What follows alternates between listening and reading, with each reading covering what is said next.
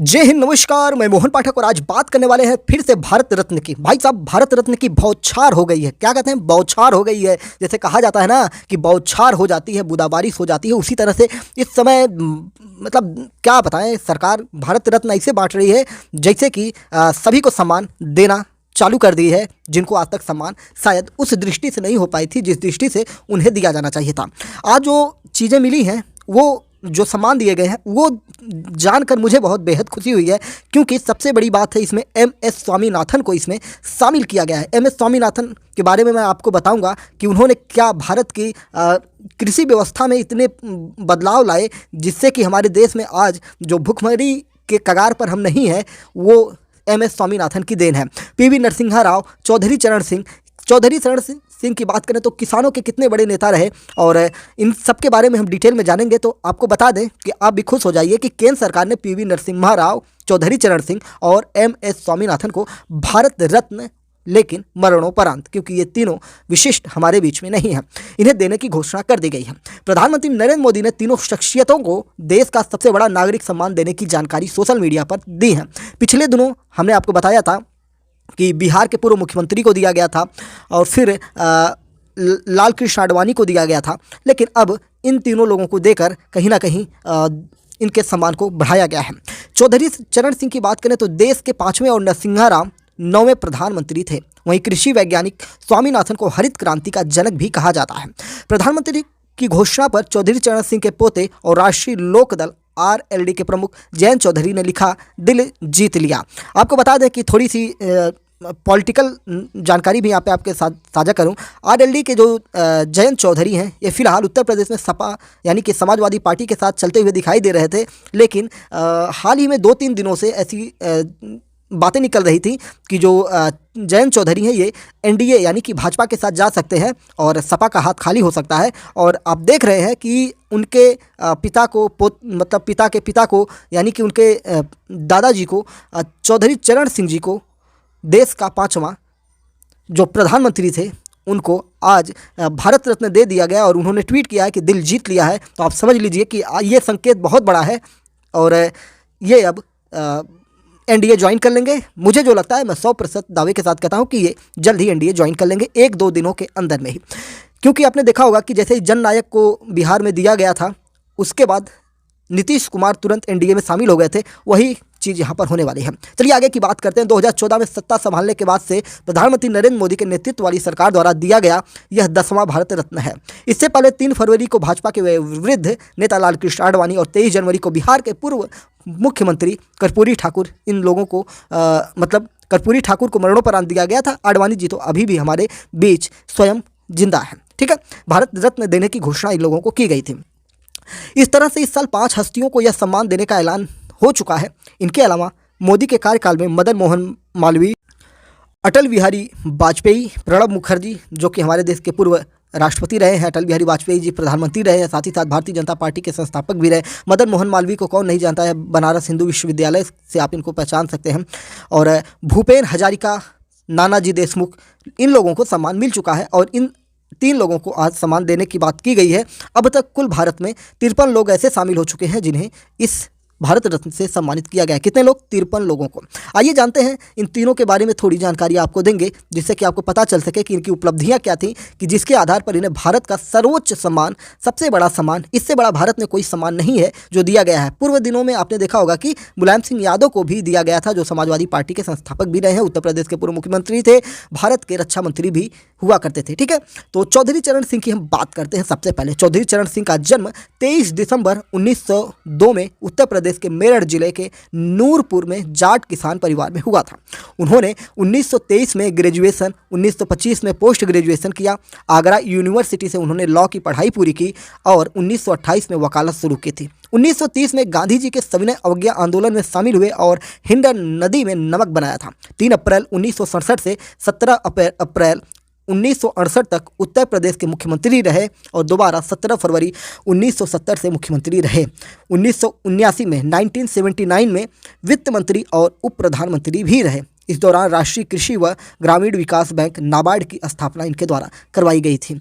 उन्होंने जनता दल की स्थापना की। इसी जनता दल से बाद में बीजू जनता दल, राष्ट्रीय जनता दल यूनाइटेड, जनता दल सेकुलर और उनके बेटे अजीत सिंह की पार्टी राष्ट्रीय लोक दल भी बने थे। मतलब एक ही दल से कितने दल विभाजित हुए थे। 28 जुलाई 1979 से 14 जनवरी तक के वे देश के प्रधानमंत्री रहे। हालांकि इस दौरान वे कभी भी संसद नहीं गए थे।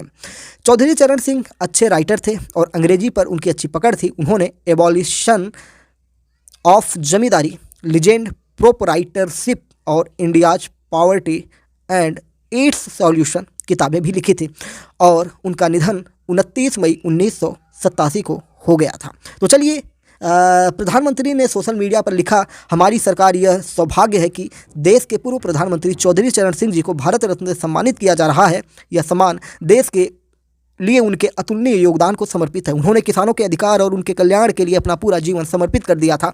उत्तर प्रदेश के मुख्यमंत्री रहे हों या देश के गृह मंत्री हों और यहाँ तक कि एक विधायक के रूप में हों, उन्होंने हमेशा राष्ट्र निर्माण की गति को प्रदान की थी। वे आपातकाल के विरोध में डटकर खड़े रहे। हमारे किसान भाई बहनों के लिए उनका समर्पण भाव और इमरजेंसी के दौरान लोकतंत्र के लिए उनकी प्रतिबद्धता पूरे देश को प्रेरित करती है। अब बात करते हैं दूसरे जिन्हें भारतीय सम्मान से सम्मानित किया गया है, भारत रत्न से, पीवी नरसिम्हा राव की। पीवी नरसिम्हा राव का जन्म 28 जून 1921 को करीमनगर में हुआ था। उन्होंने हैदराबाद की उस्मानिया यूनिवर्सिटी, मुंबई यूनिवर्सिटी और नागपुर विश्वविद्यालय से अपनी पढ़ाई की।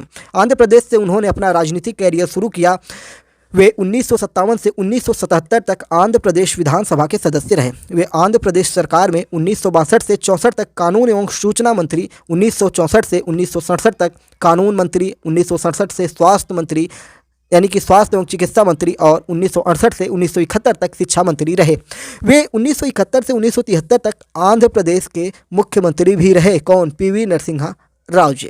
1977 से 1984 तक लोकसभा के सदस्य रहे। दिसंबर 1984 में रामटेक से 8वीं लोकसभा के लिए चुनाव भी इन्होंने लड़ा था। 14 जनवरी 1980 से 18 जुलाई 1984 तक विदेश मंत्री रहे। 19 जुलाई 1984 से 31 दिसंबर 1984 तक गृह मंत्री और 31 दिसंबर 1984 से 25 सितंबर 1985 तक रक्षा मंत्री रहे। इसके बाद उन्होंने मानव संसाधन विकास मंत्री का कार्यभार संभाला था। 20 जून 1991 से 16 मई 1996 तक वे देश के 9वें प्रधानमंत्री रहे। नरसिम्हा राव के दौरान ही वित्त मंत्री मनमोहन सिंह अर्थव्यवस्था में उदारीकरण लेकर आए थे। नरसिम्हा राव हिंदी, अंग्रेजी, तेलुगु, तमिल, कन्नड़, उर्दू, मराठी, गुजराती, उड़िया, अरबी, फारसी, Spanish, Bengali, French, German, Greek और लैटिन जैसी 18 भाषाओं के जानकार थे। होश उड़ गए होंगे आपका। 23 दिसंबर 2004 को उनका निधन हो गया था। इनके बारे में प्रधानमंत्री मोदी ने लिखा, प्रधानमंत्री के रूप में नरसिम्हा राव गारू का कार्यकाल महत्वपूर्ण उपायों द्वारा चिन्हित किया गया है, जिसने भारत को वैश्विक बाजारों के लिए खोल दिया, जिससे आर्थिक विकास के एक नए युग को बढ़ावा मिला। इसके अलावा भारत की विदेश नीति, भाषा और शिक्षा क्षेत्रों में उनका योगदान एक ऐसे नेता के रूप में उनकी बहुमुखी विरासत को रेखांकित करता है, जिन्होंने न केवल महत्वपूर्ण परिवर्तनों के माध्यम से भारत को आगे बढ़ाया, बल्कि इसकी संस्कृति और बौद्धिक विरासत को भी समृद्ध किया।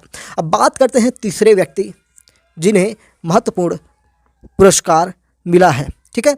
लेकिन उससे पहले हमें उनका नाम आपको बता दें कि मनकोम्बु संबाशिवन स्वामीनाथन। इनको कई अवार्ड मिले हैं। स्वामीनाथन को 1967 में पद्मश्री, 1972 में पद्म भूषण, 1989 में पद्म विभूषण से सम्मानित किया गया था।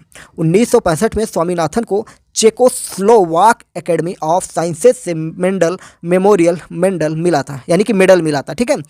इन्हें 1971 में एशिया का नोबेल पुरस्कार कहा जाने वाला रेमन मैग्सेसे और 1986 में Albert Einstein world science award से भी सम्मानित किया गया था। 1987 में इन्हें वर्ल्ड फूड सेफ्टी अवार्ड और 1991 में पर्यावरणीय उपलब्धि के लिए टाइलर अवार्ड मिला था। यानी कि कई ऐसे अवार्ड इन्होंने प्राप्त किए थे जिससे हमारे देश को गौरव प्राप्त हुआ। इनके बारे में थोड़ी सी आपको जानकारी दे देते हैं। मनकोम्बु संबाशिवन स्वामीनाथन, इन्हें MS स्वामीनाथन के नाम से जाना जाता है। इनका जन्म 7 अगस्त 1925 को, 28 सितंबर 2023 इनका निधन हुआ था। हाल ही में इनका निधन हुआ था, आपको बता दें। तो कुंभकोणम 28 सितंबर 2023, भारत के आनुवांशिकी विज्ञानी यानी कि आनुवंशिक वैज्ञानिक थे, जिन्हें भारत की हरित क्रांति का जनक माना जाता है। उन्होंने 1966 में मैक्सिको के बीजों को पंजाब की घरेलू किस्मों के साथ मिश्रित करके उच्च उत्पादकता वाले गेहूं के संकर बीज विकसित किए। उन्हें विज्ञान एवं अभियांत्रिकी के क्षेत्र में भारत सरकार द्वारा सन 1972 में पद्म भूषण से सम्मानित किया गया था। और भी सारी चीज़ें मैंने आपको बताया। इनके जन्म के बारे में मैंने आपको बताया कि 7 अगस्त 1950 को कुंभको नाम में हुआ था, तमिलनाडु में। ठीक है। इनकी मृत्यु 28 सितंबर 2023 में हुई थी। इनकी राष्ट्रीयता भारतीय है। भारत के महान वैज्ञानिक थे और इनकी प्रसिद्धि उच्च उत्पादन वाले गेहूं की प्रजाति का विकास करना था। हरित क्रांति के कार्यक्रम के तहत ज़्यादा उपज देने वाले गेहूं और चावल के बीज गरीब किसानों के खेतों में लगाए गए थे। इस क्रांति ने भारत को दुनिया में खाद्यान्न की सर्वाधिक कमी वाले देश के कलंक से उबार कर 25 वर्ष से कम समय में आत्मनिर्भर बना दिया था। उस समय से भारत के कृषि पुनर्जागरण ने स्वामीनाथन को कृषि क्रांति आंदोलन के वैज्ञानिक नेता के रूप में ख्याति दिलाई। उनके द्वारा सदा बाहर क्रांति की ओर उन्मुख अवलंबनीय कृषि की वकालत ने उन्हें अवलंबनीय खाद्य सुरक्षा के क्षेत्र में विश्व नेता का दर्जा दिलाया। एम.एस. स्वामीनाथन को विज्ञान एवं अभियांत्रिकी के क्षेत्र में भारत सरकार द्वारा सन 1967 में पद्मश्री, 1972 में पद्म भूषण और 1989 में पद्म विभूषण से सम्मानित किया गया था। ये एक महान कृषि वैज्ञानिक, इनका निधन 98 वर्ष की अवस्था में बीमारी के कारण अपने आवास चेन्नई में हो गया था। भारत के लाखों गांव का देश है। आप जानते हैं यहाँ की अधिकांश जनता कृषि के साथ जुड़ी हुई है। इसके बावजूद अनेक वर्षों तक यहाँ कृषि से संबंधित जनता भी भुखमरी के कगार पर अपना जीवन बिताती रही। इसका कारण कुछ भी हो, पर यह सत्य भी है कि ब्रिटिश शासनकाल में भी खेती अथवा मजदूरी से जुड़े हुए अनेक लोगों को बड़ी कठिनाइयों से खाना प्राप्त होता था। कई अकाल भी पड़ चुके थे। भारत के संबंध में यह भावना बन चुकी थी कि कृषि से जुड़े होने के बावजूद भारत के लिए भुखमरी से निजात पाना कठिन है। इसका कारण यही था कि भारत में कृषि के सदियों से चले आ रहे उपकरण और बीजों का प्रयोग होता रहा था, यानी कि वैज्ञानिक पद्धति से यहाँ पर कृषि नहीं हो पा रही थी। फसलों की उन्नति के लिए बीजों में सुधार की ओर किसी का ध्यान ही नहीं गया, जिससे पैदावार बढ़ सके। एम.एस. स्वामीनाथन ही वे पहले व्यक्ति थे जिन्होंने सबसे पहले गेहूं की एक बेहतरीन किस्म को पहचाना और स्वीकार किया। इस कार्य के द्वारा भारत को अन्न के मामले में आत्मनिर्भर बनाया जा सकता था। यह मैक्सिकन गेहूं की एक किस्म थी जिसे स्वामीनाथन ने भारतीय खाद्यान्न की कमी दूर करने के लिए सबसे पहले अपनाने के लिए स्वीकार किया। इसके कारण भारत के गेहूं उत्पादन में भारी वृद्धि हुई। इसलिए स्वामीनाथन को भारत में हरित क्रांति का अगुआ माना जाता है। स्वामीनाथन के प्रयत्नों का परिणाम यह है कि भारत की आबादी में प्रतिवर्ष पूरा एक ऑस्ट्रेलिया समा जाने के बाद भी खाद्यान्नों के मामले में वह आत्मनिर्भर बन चुका है। भारत के खाद्यान्नों का निर्यात भी किया जाता है और निरंतर उसके उत्पादन में वृद्धि होती रहती है। और आपको याद होगा कि कोरोना काल से ही भारत सरकार गरीबों को राशन मुफ्त उपलब्ध करवा रही है। तो ये स्वामीनाथन की ही देन है कि आज देश में इतना अनाज उत्पन्न हो रहा है कि सरकार आपको दे रही है। विभिन्न पुरस्कारों और सम्मानों के साथ प्राप्त धनराशि से एम.एस. स्वामीनाथन ने वर्ष 1990 के दशक के आरंभिक वर्षों में अवलंबनीय कृषि तथा ग्रामीण विकास के लिए चेन्नई में एक शोध केंद्र की स्थापना की। एम.एस. स्वामीनाथन रिसर्च फाउंडेशन का मुख्य उद्देश्य भारतीय गांव में प्रकृति तथा महिलाओं के अनुकूल प्रौद्योगिकी के विकास और प्रसार पर आधारित रोजगार उपलब्ध कराने वाली आर्थिक विकास की रणनीति को बढ़ावा दिया जा सके। फाउंडेशन में स्वामीनाथन और उनके सहयोगियों द्वारा पर्यावरण प्रौद्योगिकी के क्षेत्र में किए जा रहे कार्यों को अंतर्राष्ट्रीय मान्यता मिली है। स्वामीनाथन दक्षिण एशिया के उत्तरदायित्व के साथ पर्यावरण प्रौद्योगिकी के क्षेत्र में यूनेस्को में भी पदासीन रहे हैं। उनकी महान विद्वता को स्वीकार करते हुए इंग्लैंड की रॉयल सोसाइटी और बांग्लादेश, चीन, इटली, स्वीडन, अमेरिका तथा सोवियत संघ की राष्ट्रीय विज्ञान अकादमियों में भी उन्हें शामिल किया गया है। वह वर्ल्ड अकेडमी ऑफ साइंसेज के संस्थापक सदस्यों में से एक हैं। 1999 में टाइम पत्रिका ने स्वामीनाथन को 20वीं सदी के 20 सबसे प्रभावशाली एशियाई व्यक्तियों में से एक बताया था। प्रधानमंत्री ने इनके बारे में लिखा है कि यह बेहद खुशी की बात है कि भारत सरकार कृषि और किसानों के कल्याण में हमारे देश के उल्लेखनीय योगदान के लिए डॉक्टर एम.एस. स्वामीनाथन जी को भारत रत्न से सम्मानित कर रही है। उन्होंने चुनौतीपूर्ण समय के दौरान भारत को कृषि में आत्मनिर्भरता हासिल करने के महत्वपूर्ण भूमिका निभाई और भारतीय कृषि को आधुनिक बनाने की दिशा में उत्कृष्ट प्रयास किए। हम एक अन्वेषक और संरक्षक के रूप में और कई छात्रों के बीच सीखने और अनुसंधान को प्रोत्साहित करने वाले उनके अमूल्य काम को भी पहचानते हैं। डॉक्टर स्वामीनाथन के दूरदर्शी नेतृत्व ने न केवल भारतीय कृषि को बदल दिया है, बल्कि देश की खाद्य सुरक्षा और समृद्धि भी सुनिश्चित की है। वह ऐसे व्यक्ति थे जिन्हें मैं करीब से जानता था और मैं हमेशा उनकी अंतर्दृष्टि और इनपुट को महत्व देता था। ऐसा प्रधानमंत्री मोदी ने इनके बारे में लिखा MS स्वामीनाथन के भारत में।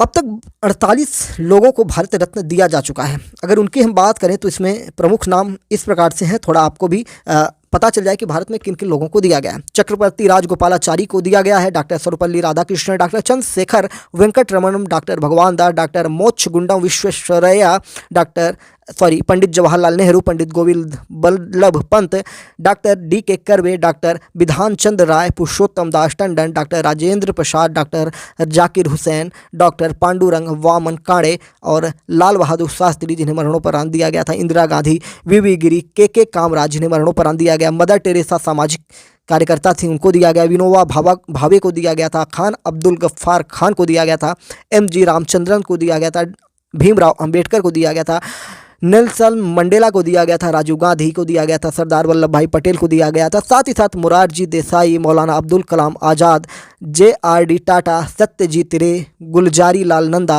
Aruna Asaf Ali, doctor APJ Abdul Kalam, MS Subbulakshmi, C Subramaniam, JP Narayan, professor Amartya Sen, Gopinath Bordoloi, Pandit Ravishankar, Lata Mangeshkar जो सिंगर थी, उस्ताद बिस्मिल्लाह खान जो शहनाई वादक थे, पंडित भीमसेन, गुरु राज जोशी जो शास्त्रीय गायक थे, प्रोफेसर CN राव साइंटिस्ट से, सचिन तेंदुलकर को कौन नहीं जानता, अटल बिहारी वाजपेयी, पंडित मदन मोहन मालवीय, नानाजी देशमुख, डॉक्टर भूपेंद्र कुमार हजारिका, प्रणब मुखर्जी और इसके अलावा कर्पूरी ठाकुर, लालकृष्ण आडवाणी, चौधरी चरण सिंह, PV नरसिंह राव और MS स्वामीनाथन को आज तक दिए जाने वाले सभी अवार्ड्स को, भारत रत्न जितने लोगों को मिला है, सब हमने आपको डिटेल में बता दिया है। उम्मीद है कि आपको अब समझ में आ चुका होगा कि भारत में किस प्रकार से लोगों को भारत रत्न दिया जाता है, उनको सम्मान दिया जाता है। तो भारत रत्न एक ऐसा सम्मान है जो भारत का सबसे बड़ा सर्वोच्च सम्मान होता है। तो इस प्रकार से पूरे भारत के 53 लोगों को शामिल किया गया है भारत रत्न के लिए। तो चलिए, MPS हिंदी पर नए हैं तो चैनल को सब्सक्राइब कर लीजिए डेली करंट अफेयर्स और न्यूज़ एनालिसिस के लिए, और अपने विचारों को भी बताइए कि इन लोगों को सम्मान देकर क्या सही कर रही है सरकार और किस प्रकार से सही कर रही है। और भी बहुत सारे ऐसे लोग होंगे जिन्हें सम्मान देना बाकी है। सबको धीरे धीरे सम्मान दिया जाए या तेज़ी से दिया जाए, ये अपने विचारों के द्वारा आप प्रकट कर सकते हैं। और कौन ऐसे लोग हैं जिनको आप चाहते हैं कि भारत रत्न मिले, उनके नाम भी आप कमेंट बॉक्स में बता सकते हैं, जिससे शायद सरकार को इनपुट मिल जाए। जय नमस्कार, भारत माता की जय।